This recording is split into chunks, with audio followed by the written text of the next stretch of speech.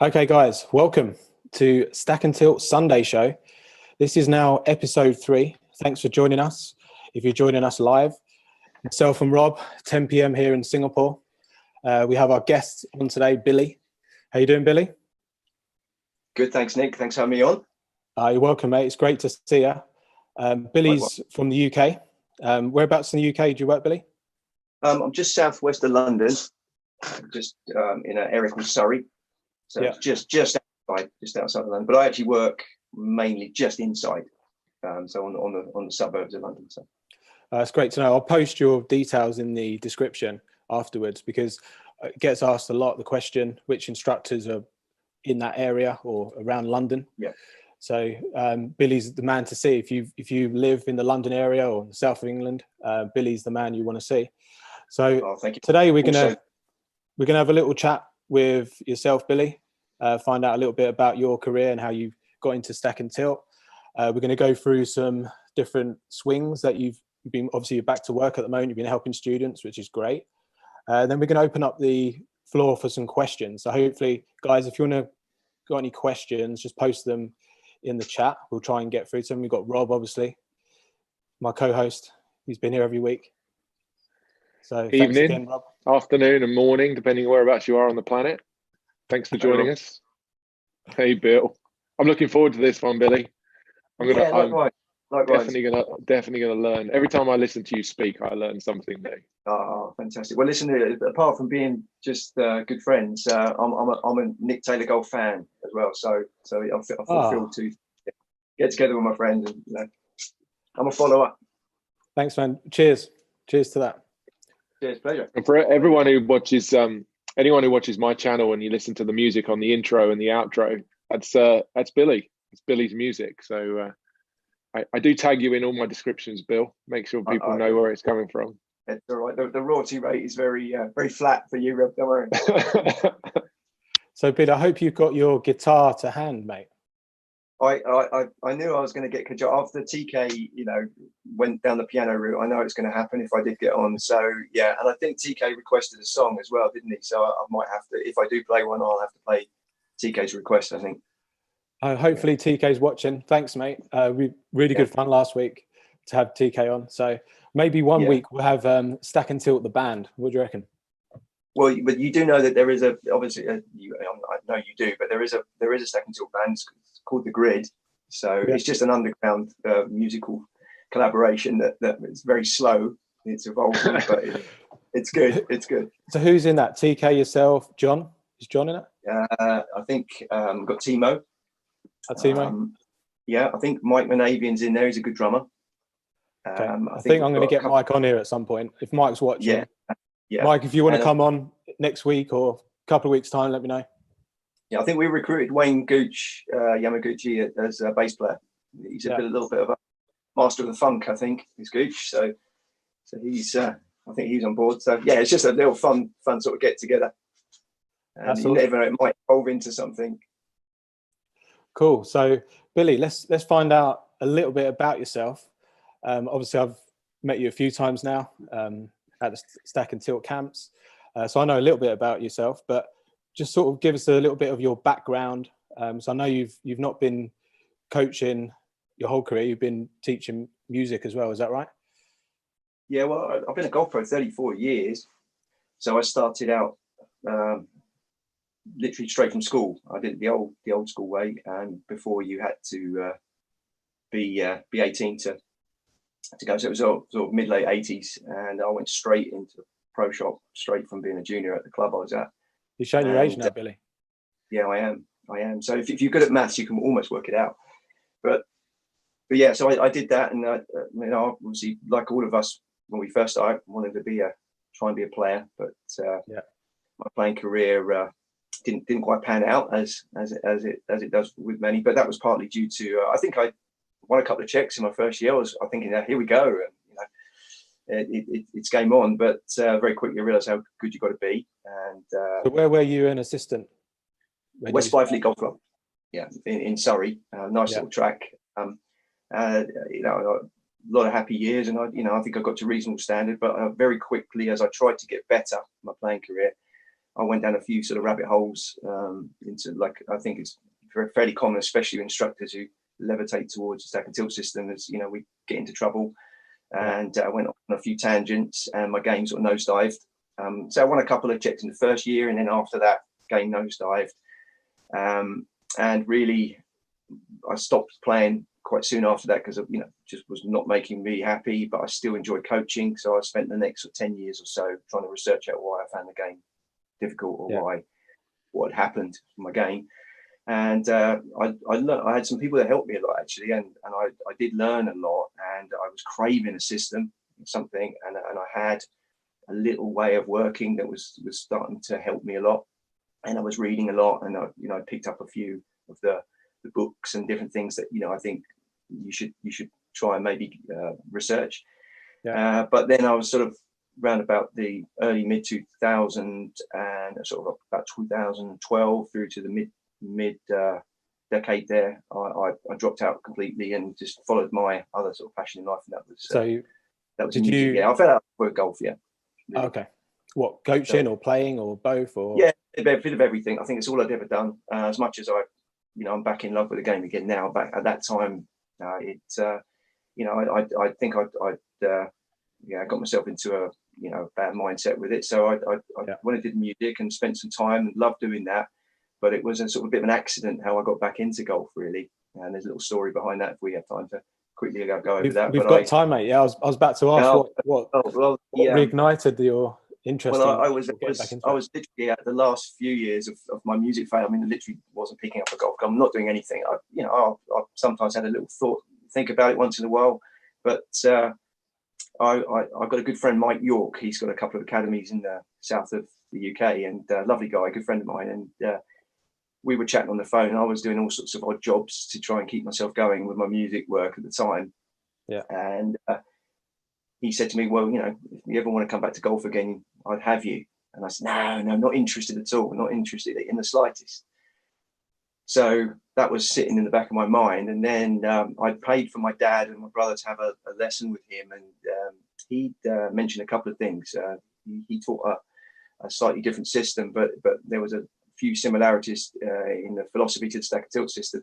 And I Googled weight forward in Google, golf swing. That's literally what I Googled. When was this, Billy? This would have been early 2012. And so I Googled that, and it came up stack and tilt book. And the thing was, I thought it was more to do with this other system that he was teaching, and it ended up being stack and tilt book came, and I took the job literally within 1 hour of reading the book. You read the whole book? Yeah. Well, what I did first of all is I got through the majority of it, and when I was a player, I always had trouble. I could never start a draw to the right. I'd literally start everything straight or left, and ball would dive left. And I ended up playing the end of my play. I was trying to, fend off with a fade. Not that all fading's bad, as we know, but I couldn't hit a true push draw. And I went down to the range just with the early part of the material that I got from Andy and Mike's book. I could start draws to the right, and I was literally mind blown. I came back and I stunned myself. So armed with that information, I called my friend Mike and said, I'm actually going to take the job. So and here I am now. It's 8 years ago. Wow. So back to the trade. So, I think a lot of people's journey started with the book. I know mine did. Yeah. I think it was a similar time period for me. I think when I first picked up the book, and very similar situation as you, Billy. I could never draw the golf ball. Everything I hit was a cut. Everything I could see was a cut. I tried everything. I tried aiming 50 yards right, and I still couldn't draw the golf ball. Yeah. Which is crazy. If anyone's played with me recently, that's all I can do, right, Rob? I wasn't gonna say anything. You were nasty to me last week with that swing you posted. No, I don't mind a little sling on the draw. It's nice. It's just to see it. It just still amazes me now to this day. But when after I got sort of back in, I was really lucky that one of our most experienced instructors, and now become a good friend of mine, but Sam Quirk, who's one of the originals. I know you guys know Sam.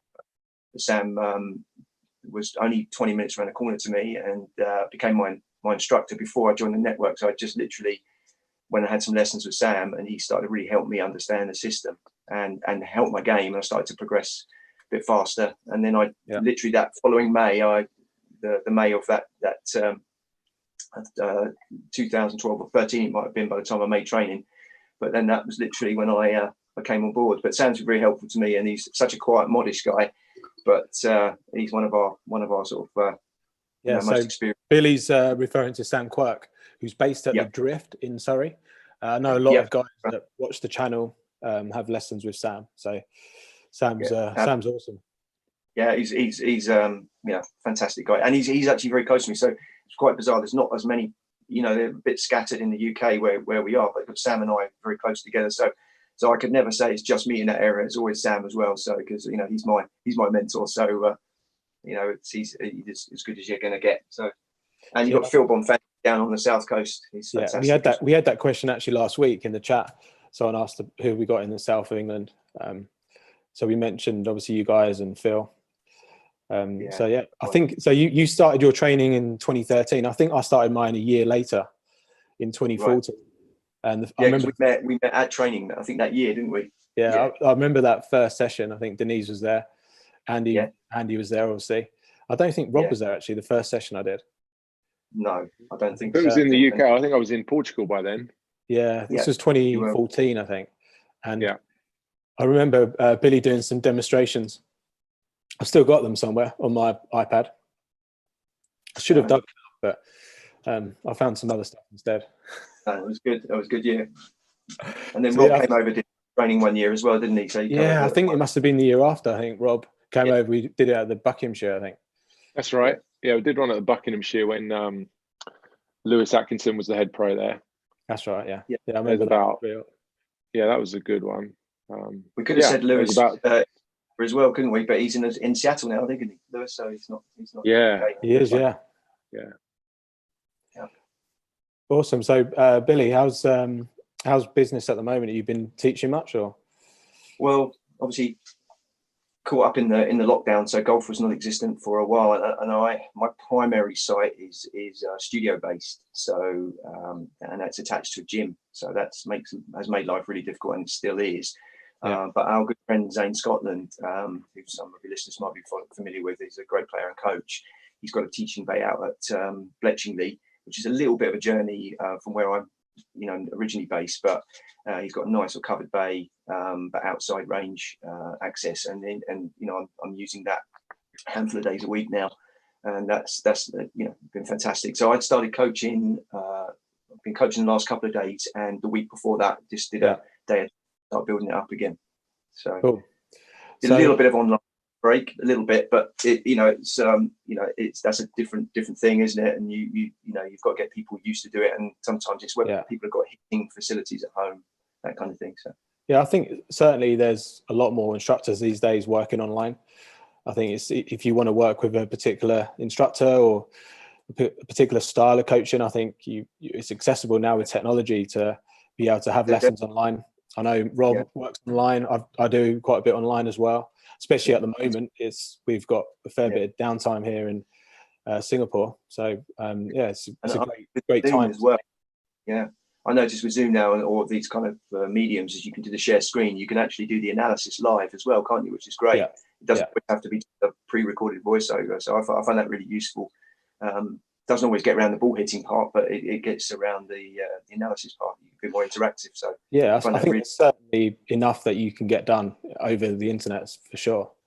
Yeah, 100%. I've been surprised actually how much you can really get done in some ways, almost more so than face to face sometimes, because you have to be much more specific with the message, and you have to be maybe sometimes a lot clearer than you would be if you were able to grab hold of someone and move them. But actually, when you have to really spell it out very clearly, and you send that to them, they then listen to it and digest that, can actually be a very, very beneficial medium for teaching. Like that little and often back and forth conversation can get a lot done. Actually, it's been good. It's been really good. Yeah. You've been doing quite a bit of putting, Rob, as well online. Yeah, I've been doing a mixture. So been helping players all over the world. That's the other thing. The world is this sort of pandemic has sort of opened my eyes to the fact that, you know, there's a big wide world out there that you maybe can't get to physically, but you can definitely get to on the internet. And you know, the YouTube stuff that you do so well, Nick, and I do a little bit of it. You start to realize that people are watching your videos, they're interested, they're keen to learn.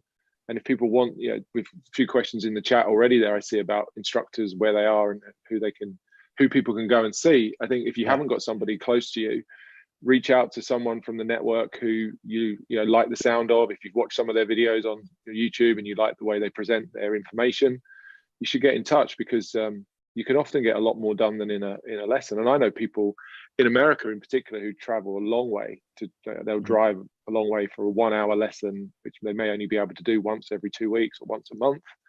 Whereas if you can strike up a good relationship with a coach online, you can have almost a daily interaction in terms of just conversation. So yeah, online's been big. Putting and swing, it's been great. I think the technology is, the camera phones are so good these days as well. You can get good video, good slow motion. Some of the guys I work with, they have simulators, which is even better. So you've got some actual data as well. So yeah, it's amazing actually when you get into it, how easy it is and how beneficial I think it is for doing a bit of online. Yeah. So Billy, how did your coaching change? Obviously you read the book, you weight forward. Did you tell everyone to put their weight forward when you started coaching? I think I was a little bit, I think as any instructor would tell you who's come join the network, it can be quite overwhelming the first training day. But I was lucky really, because I'd had lessons with Sam. I cover to cover the book, and I'd got the DVDs. They'd just come out, I think, around about that time, 2012. And so I just studied them. So I was so primed coming in. I think the only thing that I still chuckle about now, I wanted to mention, was when I met Andy for the first time. It was like meeting Eric Clapton for me in golf coaching terms. So, it's when I met Andy for the first, obviously Mike had stopped coming out to the instructor trainings quite as much, but I was blown away. So it was fantastic. And I feel really fortunate now to call myself a friend as well. Spent a lot of time like you guys have at camps and, various things on the camera. And, for me, that's life changing, or career changing, just to see the man in it. But but definitely the system. I would say I wouldn't be in golf without it. I wouldn't have come back without the system. So that's if that's weight enough. But I would say that on your point there, when you're saying about the weight, I think it's the thing that I think maybe we all see, and I'm quite repetitive when I try and tell people, is that the Stack and Tilt is a system that has a model, rather than being, people. I think the one thing we've got hammered for, or people try and critique us for, is that they think it's all about the model or doing everything the same method or whatever. But there's a system that has a model, and the model is just a reference, and it's where you relate to the model, or where your player relates to the model, as you know. But it's just I feel that's really important. And even just the other day, I was revisiting on the DVD set where you've got JJ Henry versus Troy Mattison, and if you look at the overlay there, you can see two players talk by the system at P4, would be different. So I think the connotation of how weight is interpreted is, I don't know if you explain it that way, but I would say weight can mean different things as well. Yeah, it's people's perception of what it is. It's a question that gets asked a lot, and I would always try and split them up into, kind of think about it as two centers, like a center of your head, basically, a center of your shoulders, and a center of your hips. Because I think a lot of people, when they think about putting their weight forward, they end up sort of over extending or tilting left, and that's obviously moving that center forward. But a good example, I think you did that post the other day with Zach Johnson and Colin Montgomery. Yes. Thought that was quite an interesting post, or good visual for people. If we get time, I'll try and find that. Actually, it'd be good to absolutely good to talk about that. That's right. That just comes from sort of where obviously there's lots of debates about center of masses and all those kind of things. But I think I was in talk about weight, just being the mass of a specific area that you might, if you're working on the upper part, centering it, whatever you might be doing, just working on that segment. So, but I think weight forward can mean not moving weight back. It doesn't mean you're having to move forward. So it's, you know, there's sometimes, I think because it was an umbrella term that was just used to help, you know, say a learning student just be aware of where they are in their swing. It was for that. It's not always, you can add the detail if you need it. Yeah, when I asked Andy, I said to him in one of the stack and tilt camps about the weight forward and one tip to help every golfer, and all he said was every golfer should move their weight forward towards a target by the time they finish the swing, and not move it away from the target at any point. And I think a lot of people get misinterpreted about the weight, and they always think it's a reverse pivot by doing this. A reverse pivot would be actually moving the weight, the reverse backwards as you swing through. That would be reversing your pivot as you go through. Whereas some people think that is a reverse pivot. Whereas in the stack and tilt swing, we don't tell you to do that or that. We try and keep very centered with the head, and then move the weight forward into the finish. Certainly something that gets misinterpreted. I know you discussed that with TK last week, didn't you? So it comes up a lot. I had a question this morning, I think, the same question. There's a lot of similar questions in the chat there, so I'm sure we'll get to them later. But we'll get to those, Billy, I've got an example of a student you've been working with recently. So I thought we'll have a little chat about that, and just this might help with some people watching, that there might be something that can help with their golf game. So this guy here, is this a guy you've been working with recently? Yes, just this last week actually, and I taught him just before the lockdown as well. So okay, and he's a newish golfer.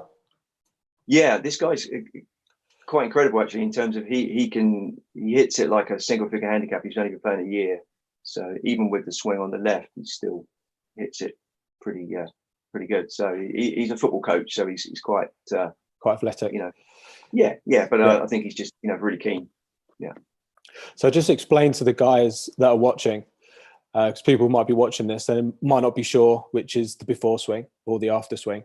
So just explain to the guys what we're looking at here, and the improvement and how you went about making these changes. We'll look at the side views in a second, just to compare those, but just wanted to bring this one up first as a good visual. Yeah. So the basic problem with this golfer is that although he hits the ball a good distance, he struggled with pulls and fades. So he hit very strong pulls left and high weak cuts to the right. And a lot of the problem for him was this. I think this is a good example of where the resistance model or the resistance concept, although the swing on the left is actually much better than it was originally, he would actually translate his lower center a lot to the trail side. Yeah. So, and he would resist a lot with hips. So he really had virtually no hip turn when I first worked with him. And that up through the food chain up towards the right shoulder, his right shoulder you would see it more from the view here. You'd see it more by his right ear. So he would not make a full turn. His extension has always been okay, and his tilt's generally okay. It's just more of a rotation thing with him. So really what I work on is trail knee, some straightening up the trail knee, but more importantly, some more rotation of the right hip, so more pelvic turn and retraction of the trail shoulder. And you can see the difference. I was going to say, you can see the lower body quite clearly, and the difference that makes to the shoulders. It makes it much easier to turn the shoulders and gives that left arm more freedom to move around the body. Yeah. I mean, I did have a chat with this guy because he's a nice player. Even though he's quite new to the game, he can still sort of handle some information. I showed him some pictures of Rory McIlroy and how he sometimes can make, pull, to your listeners, with P5 being where the arm is level to the ground in the downswing. I showed him that he could have maybe tried to make the arm more inwards on the way down, but just for him, a little bit more of a complex pattern for him to try to emulate that. He'd get a lot more from just getting a better, deeper P4. Yeah. So you can see from the side view here, Billy. Yeah. So that's the same picture from the side view. Yeah. With the thing is, because this lesson was 3 or 4 lessons in, he still had the tendency to not work the trail shoulder as well, but I felt like he was getting the hip turning a little better in this swing. But then we looked at the subject of the trail shoulder retraction and how the humerus can orbit the body, the top part of the arm, the humerus. Okay, so you can see, just get that little bit of depth, little bit more swing, basically. And then the beauty is, as you'll probably show in a moment, you can start to see. We would call this P4.5 and P5, and you can see the arms in more, isn't it? Yeah. Yeah, I think if you look at the shaft there, it's kind of going through the middle of the bicep on the right hand picture there, whereas the one on the left, it's sort of the top of the shoulder. You see that a lot. People that's the sort of start. You see people even further out on that left hand picture. Obviously, that you would expect that path to be moving slightly out to in. Yeah, and then here this is a great one. Yeah. I think this is a good position at P6. Did you want to just talk about this one here, Billy? Or well, I think as we discussed just before we came on air, when we were just prepping, it's just that really that the downswing was pretty much for free there. Yeah. He got most of the stimulus he needed from the backswing, which is nice. If you can throw a fishing net out with a large enough net where he'll capture that, then as a coach you would want to do that, wouldn't we? So we want to keep it as minimal as possible. So there'll obviously be a sort of maybe a list of jobs that he can do going forwards, but he'll tend to revert to this. So he's one of those players where he needs to keep going back over this piece, and then just tell him what to expect while he's practicing it, because I think that's a really important point that Andy's taught us over the years, is the narrating and understanding what to expect while you're making an adjustment is crucial, and then it makes you feel a little bit easier when you see the ball doing something different. Maybe not the finished product, but it's doing something different than it was when you arrived for the lesson. So would you agree with that, Rob? I was going to pick up on something Billy said there, which I think's worth saying again, in case people missed it. The fact that player needs to know their pattern and then expect them to have to keep working on this piece again and again and again. I think, being around the system as long as I have now, I think that's one of the biggest benefits to my coaching was the ability to recognize where someone was struggling, help them, and then when they come back, if they're still struggling, to have the confidence to stick with that piece and help them understand that this is the thing you're still not doing quite enough of yet. Let's do some more, and then the results improve again. And then if they regress, you keep going. It's not very, very seldom is it a case of you're sort of helping someone with a new move or a new piece every time you see them. It's reinforcing the piece, because it takes people a long time to really get it. And it can be, 7, 8, 9 sessions in before someone finally looks at you and goes, okay, now I get what you mean. And it's more of this, or it's a slightly different feel that took, let's say, 6 or 7 sessions to actually get across the line. Because in the first instance, players will do an amount of a change that you ask them to do. And in their mind, it might be enough, but in reality, it might not be quite enough. And then, as I say, there's that back and forth. But we're not changing different pieces all the time. We're sort of highlighting and isolating the biggest deficiency, and then just focusing on it and repeating the process. Yeah, absolutely. So would you say the main focus here was the path of the swing, Billy? Yes, absolutely. So if you were giving the pupil the full picture, just saying that the first thing we do, obviously, just not go straight in and look at the swing. We'd be saying what's frustrating with your shots. And obviously when I know, as I watched him on top of what he described, I was seeing lots of strong pulls. Yeah, because some people just see a miss to the left. I see a pull. A pull is different to a snap hook or something different, or a deflected draw or a pull draw. So if you hit a strong pull, and then shots were leaking away to the right, I said, well, what we need to do there is we've got to change the path. So a quick look at the grid, quick go over how it's going to happen, and then execute how it's going to be done. So I have to say, this is great artwork here, Billy. Not bad freehand for the first go with an Apple Pen. Did you do this in the lesson? No, this was done a little while back, and I've got to give credit to our general this one, because this started to sneak its way into our training days, and we started to see this added to our kind of grid training. Yeah, and I think it's something that a lot of people don't maybe factor in or consider. And it's an interesting one when you look at a shifting mentality or concept, that the limbs are only going to be going away from the target, into around about the P3 area. So I'm looking at that inner line that I've drawn the arrows on, is the hand path. Yeah. So once they reach P3, they're now starting to continue in a different direction. And I think it really helps people to who maybe struggle or who think they can't swing very long. It can even be a very simple concept error. And if as we know, if there's some resistance in the body in terms of blocking those hands doing that, it's going to make it harder. So a lot of what we teach in the system, can miraculously give someone the feeling of flexibility just by understanding how to open the floodgate to allow the hands to orbit the arc properly. So you focus mainly on the hand path to P4, and yes, that helped with his path on the downswing, right? Well, what I was trying to explain to him was that I think he's one of those players that sees himself moving away from the target originally.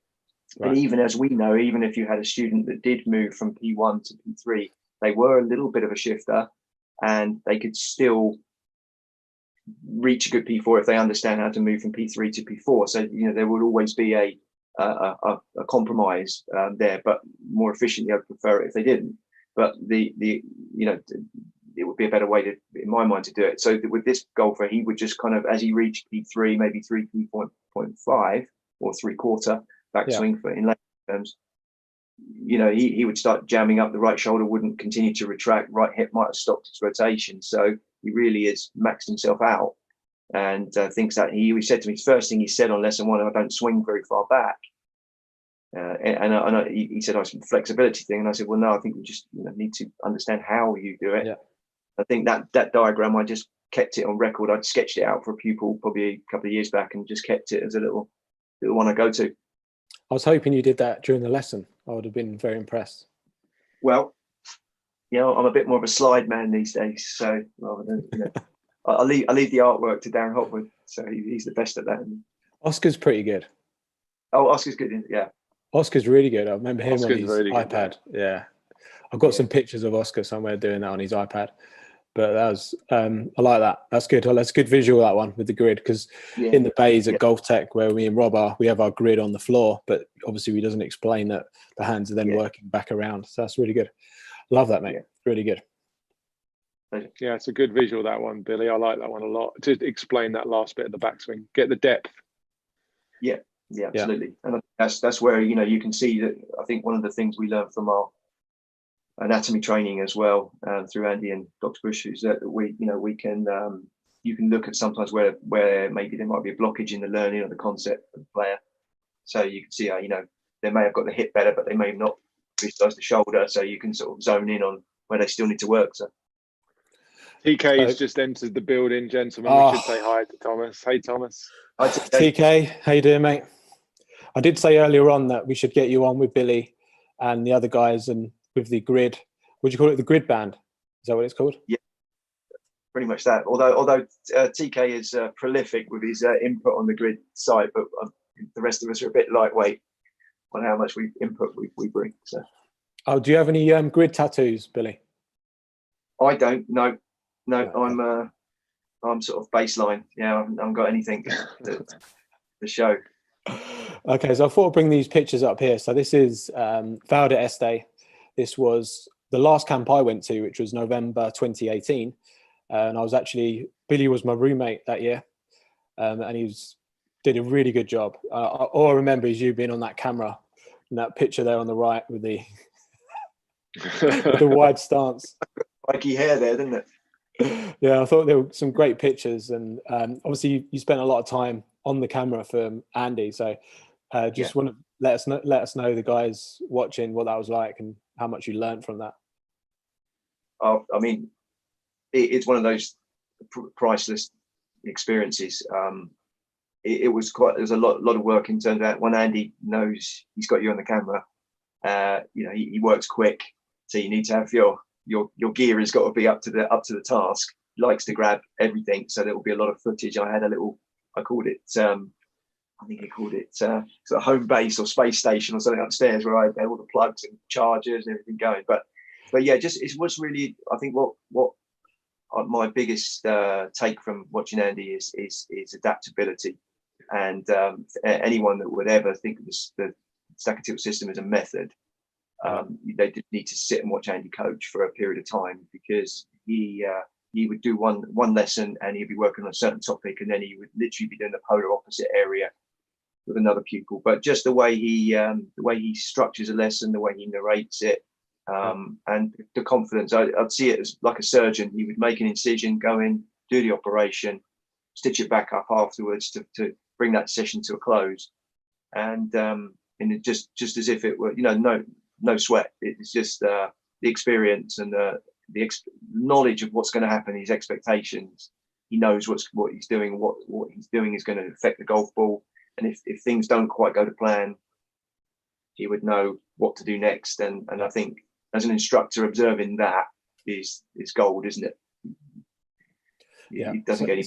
Certainly, I've learned a lot from watching Andy, and he doesn't panic when, say, the first shot doesn't go well, but he keeps going, and eventually he's looking for that long term rather than the next shot. And I think a lot of people would panic in that situation where they're coaching a student and they hit a bad shot on the next shot. They'll panic, but he doesn't. He's calm, and the way he delivers it and explains it is unbelievable. I remember that lesson that he gave you over at the Drift. Yeah, I think that's where we both learned a lot that lesson. I think, do you know what, that was probably, I learned more from my coaching from having that lesson than I did from my own game. It was great to work on something from my own game, but I just felt it opened. I mean, I was already in the system 3 or 4 years or so, 3 or 4 years in the system already, but I just felt like the next day I woke up, I was a better instructor already.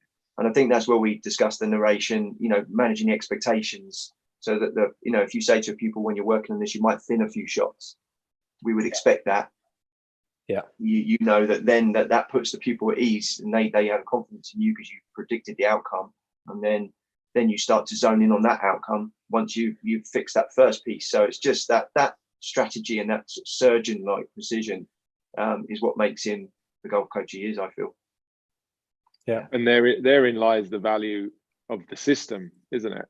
Knowing it well enough to be able to predict what's going to happen before you've even seen it gives you the confidence as a coach to say to somebody, this might happen, or when it doesn't quite go to plan, you're not, to your point, Billy, you're not going to start panicking as a coach and start changing.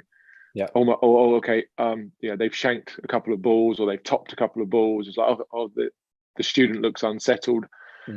We'll start working on something else to give them their confidence back. As a coach like Andy, and what he's trained us to do is to have that confidence in the system, to understand it well enough so that you know where this is going. And if there's a couple of bad shots in there, it's okay, because it will get better. Yeah, absolutely.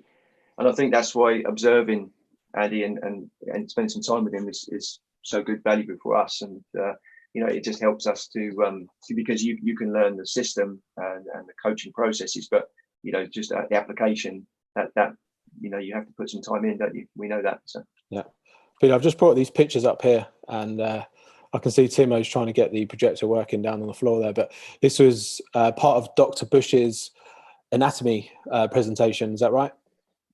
Correct. Yeah. I can't remember exactly what you're talking about, but I think a lot of it was to do with the setup. Was that right? P1, the posture. Yeah. What it originally was, I can't claim sort of any MD status on this one or anything like that, because that was just Dr. Bush had offered his services to the network instructors, and I'd taken him up on his offer, and we'd had a couple of FaceTimes, and I had a little bit of a question about P1 and posture, and how the hips and the anterior tilts, posterior tilts, the how you see that, because it's quite complex how the joints went together. And I kept asking him, and then a few bits didn't quite click, and then it was literally after a few discussions it clicked, and he sent me some pictures, and everything fell into place in terms of how I could describe it to a student. More than understand it. I understood it, I just couldn't quite. And then a couple of months later, he was presenting. Yeah, I want you to be a little example of how the anatomy class can benefit just a standard instructor. So I did it, and I think that was a little bit out of my comfort zone at first, but then I loved it, and I think I did it in Europe, and then I did it out in the States that year. So I loved it. It was fantastic. It was a real honor, actually. I'm not just saying that. It was definitely an honor, and in front of your peers, that's So I did a little P1. I was very impressed. Yeah, thank you, mate. Thank you. Appreciate it. So Dr. Bush, he's on the right side of that picture, on the right there. So Dr. Bush, is that Dr. Bush? I think. Yeah. There's Dr. Bush in the middle there, in the picture on the left. I can't see because my pictures are covering up on my Zoom call. Okay. But yeah, so Dr. Bush presents the stack and tilt anatomy, which is great. If you've not seen any of the stack and tilt camp videos I've done, maybe check some of those out. It's really good fun. I've got some footage on there of Dr. Bush. So Doc, if you're watching, mate, hope you're well. I think it's early over there in the States at the moment. But it's great. If Liz can get up this early and watch us, then Dr. Bush can get up this early and watch us. I like to think he's watching. But yeah, so stack and tilt camps, guys, really good fun. Hopefully, fingers crossed, we're back on again in November. Cool. So I've got my eye on the time here, guys. So I think we'll do some questions, go through some questions, and then hopefully give you some time, Billy, at the end to get the guitar out. It was always going to be coming, wasn't it? Okay, so I'm just going back through the chat, see if there's any right to beginning. So I think there's a few questions in there. Good afternoon, gents. You have a lot of videos on stack and tilt. For someone just starting on this concept, which videos would you recommend starting with?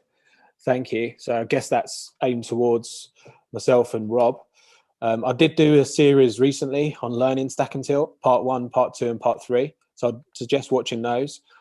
I've done some videos on the 10 words. I think that's also a good starting point as well. I think, Rob, you've similar? I've got some 10 words in there from a while back. Definitely a good place to start for sure. The book's a great place to start as well.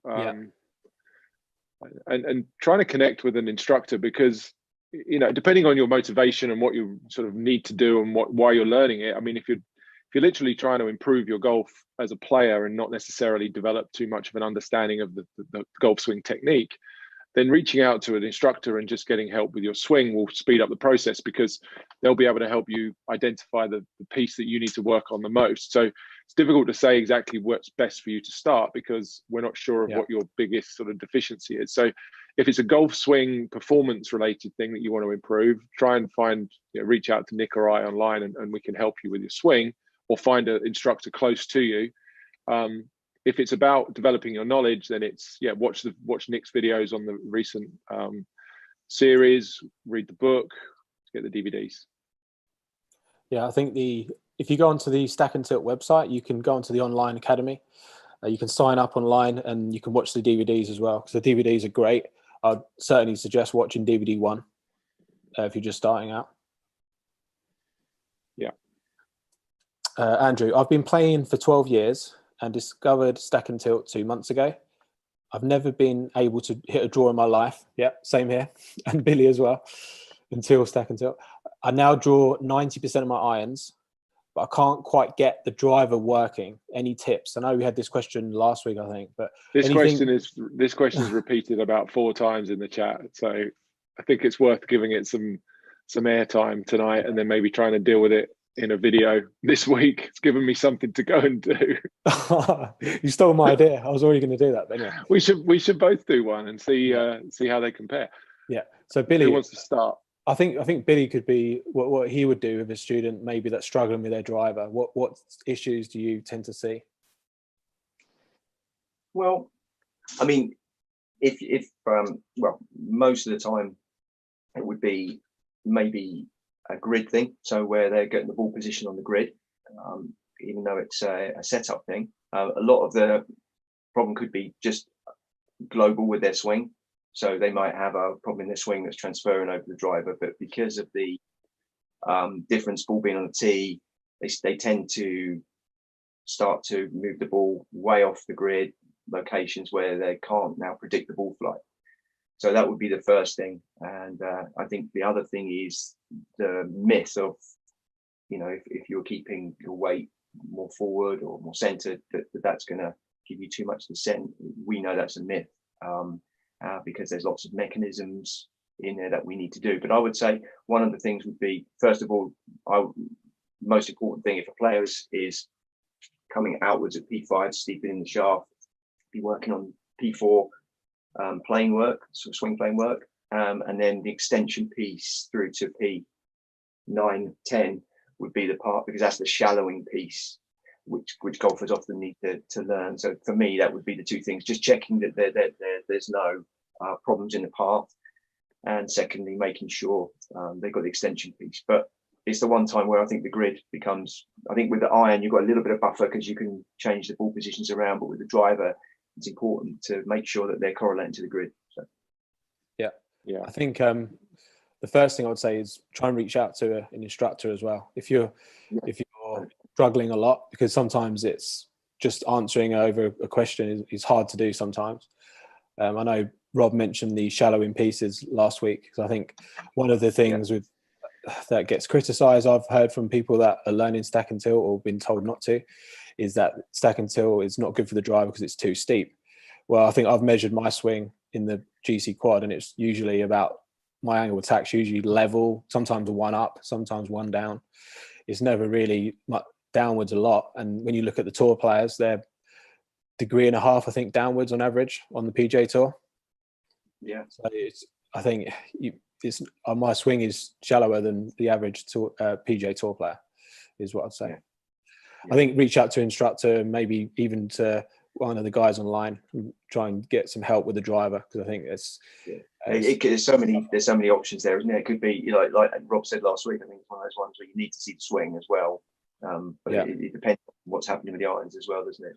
I think the ball position one there that Billy refers to is a massive one with driver. Once people start to get the ball very close to the center, to that left shoulder, you don't have the buffer built in like Billy was talking about. You know, by setting up with the ball in the middle of your stance with an iron, the ball's already behind the center, so there's more of the draw built in, and you're hitting down, which adds to that rightward path.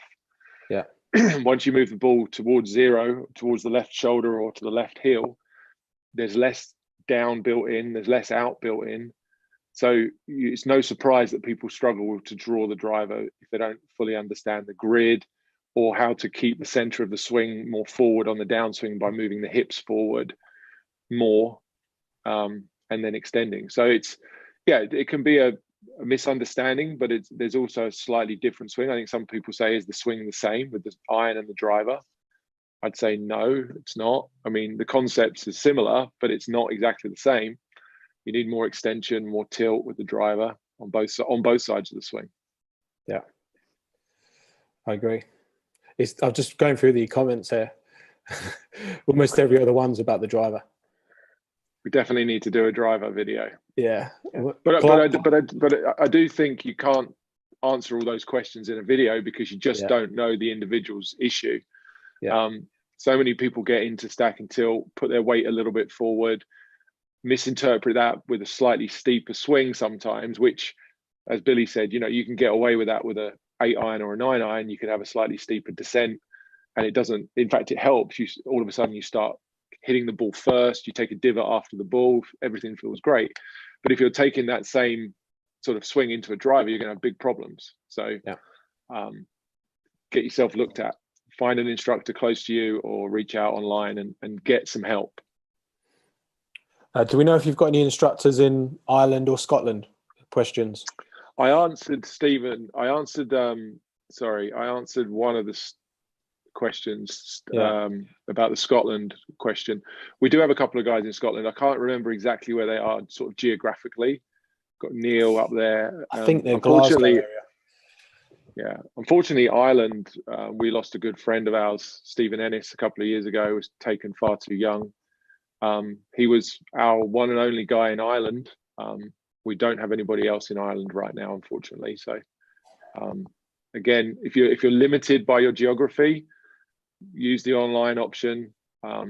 You know, if you like what people are saying, if you find a coach on YouTube that's a stack and tilt authorized instructor and you like their delivery, you like their videos, just make contact. And you know, it's not even particularly big commitment in terms of cost in the first instance. You can reach out and just have a one-time analysis and see if you like what you're seeing, and then if you do, there's potential there for an ongoing relationship. So don't let the fact that you don't have someone around the corner from you stop you from developing your swing, because you can do a lot of good stuff online. Agree. A couple more questions before we get Billy out on the guitar. Lawrence Williams, does stack and tilt decrease lower back pain? Might be a good one, Billy, for you to answer. Well, this comes up a lot, doesn't it? I would say that that all the movements prescribed by stack and tilt fall within the body's natural range of motion. So yeah, we do get there's a bit of a sort of a hearsay that goes around, doesn't it? That because of I think it's probably because of the extension pieces look as if they could potentially be overexertion, but we would always look from the basic premise that you stand upright. So if you're standing upright and you can retract your shoulders, you can extend. But one of the things I think is it comes up sometimes in the Ricky Fowler example when he was injured and making some swing changes, that I think that if you keep your pelvis in what we call anterior tilt, which is where the pelvis is tucked downwards, so the belt buckle is down. If you keep that pelvis down as you're making your backswing and start to extend with the spine without releasing the pelvis it's towards its posterior tilt, it's possible that you could might overload a segment, but as long as the equalization between all the segments is correct, if you're extending properly, in other words, there's nothing that would hurt the body. Even my student you showed earlier, there's something there that I would maybe look at with him, because he potentially might need to do a little bit of work on that area. So just for longevity. But yeah, 100%. I'd say that all the movements prescribed by the stack and tilt are within the body's normal range of motion. But I think we're always going to be asked that question. So. Yeah, I couldn't have said it better myself. Well, thank you. Appreciate it. So Billy, there's a guy in Lawrence who's near Harrow. It's near you, isn't it? Harrow's probably right in the centre of town, isn't it? Sort of Northwest north, yeah. Northwest. Okay, yeah. Not too far, is that for you? Can't be that far from you. Well, it depends. If he's coming to the studio when that opens, we're quite near a rail station, which is not far from Clapham Junction, so you can get from there. But there are some guys north of London that you could potentially look at. I don't know if we've got any active instructors in the centre of London right now at the moment. I don't know. We'd have to look on the Finder for that, wouldn't we? But certainly it wouldn't be a huge journey. And if you want to do it by train, you could come to the studio and walk from the station to the studio. That's possible. Okay, I'm quite conscious of the time here, Billy. So, would you have a request from TK? Did you for the guitar? I did. He wanted me to do a Doobie Brothers song. Okay, what are you going to play as the Doobie Brothers? Are you up for it? Yeah. Well, thanks for having us on, guys, by the way. We're not finished yet. Mate. Oh, no, you're not finished yet? Okay. Okay, I thought this was like a fade out. Is it? No. This is just before we finish. If there's anyone watching, we'll do a proper goodbye at the end. Okay, gotcha. Right. Are we good? Good, yeah. Right.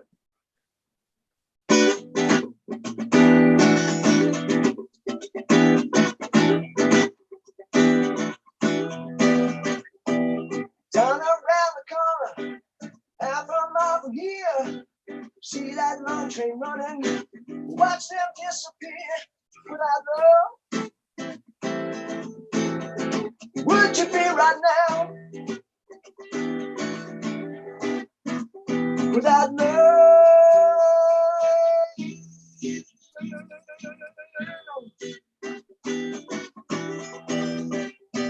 you know what songs do? sick, running down tracks. She lost her home and her family. She won't be coming back. Without love,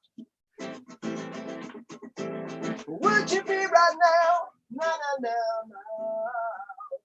no. Without love.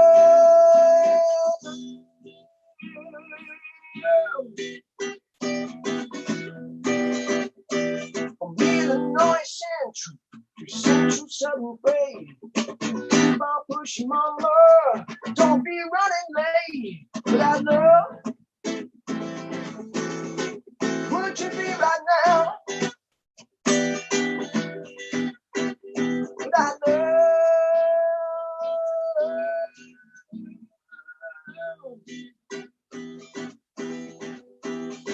without love.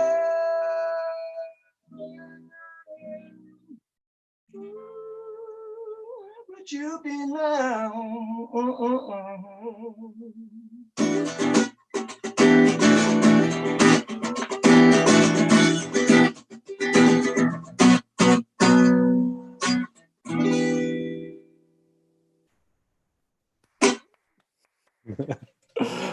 Awesome, mate. So good. Really good. Great memories Really from great memories from Stack and Tilt camp. Do you know what? I found some videos today of you and TK dancing. You need to stop. You need to stop finding videos, Nick. It's not good. Do you know? I found a video of you, Rob, learning guitar. I almost put that in, but I thought after the goal swing last week, I thought you might not want to come on.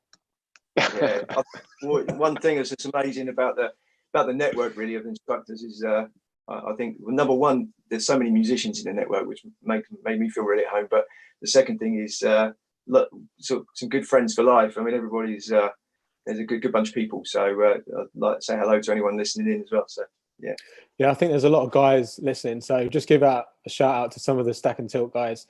We've got Michael Manavian all the way from the States watching.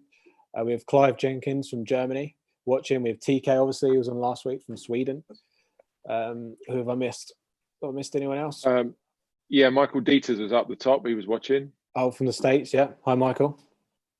Hey, Mike. Not sure about anybody else. Say hi if you're there. We've got Gino. Hi, Gino. Hey, Gino. He's one of the students from Stack and Tilt camp.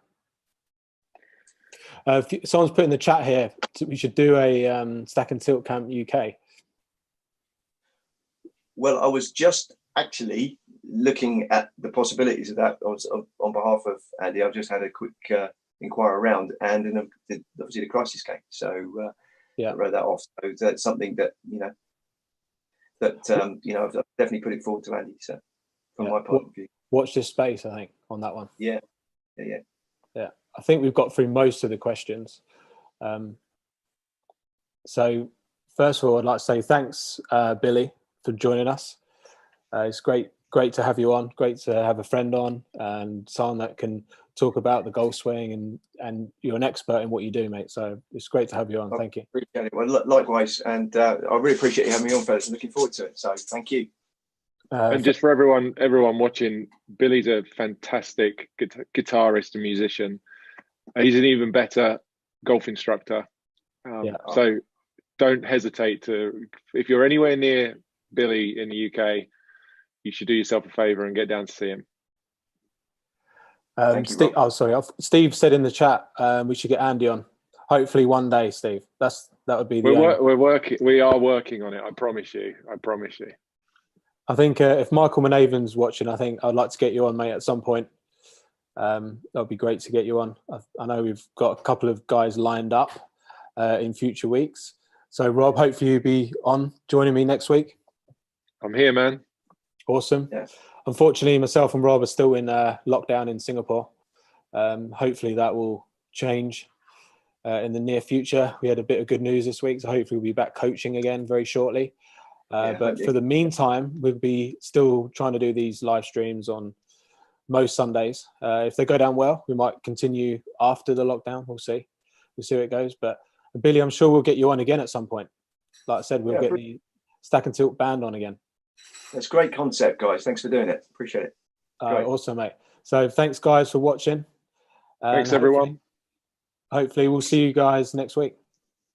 Cheers, Nick. Thanks, Bill. Thanks, Rob. Thanks, Bill. Cheers, Rob.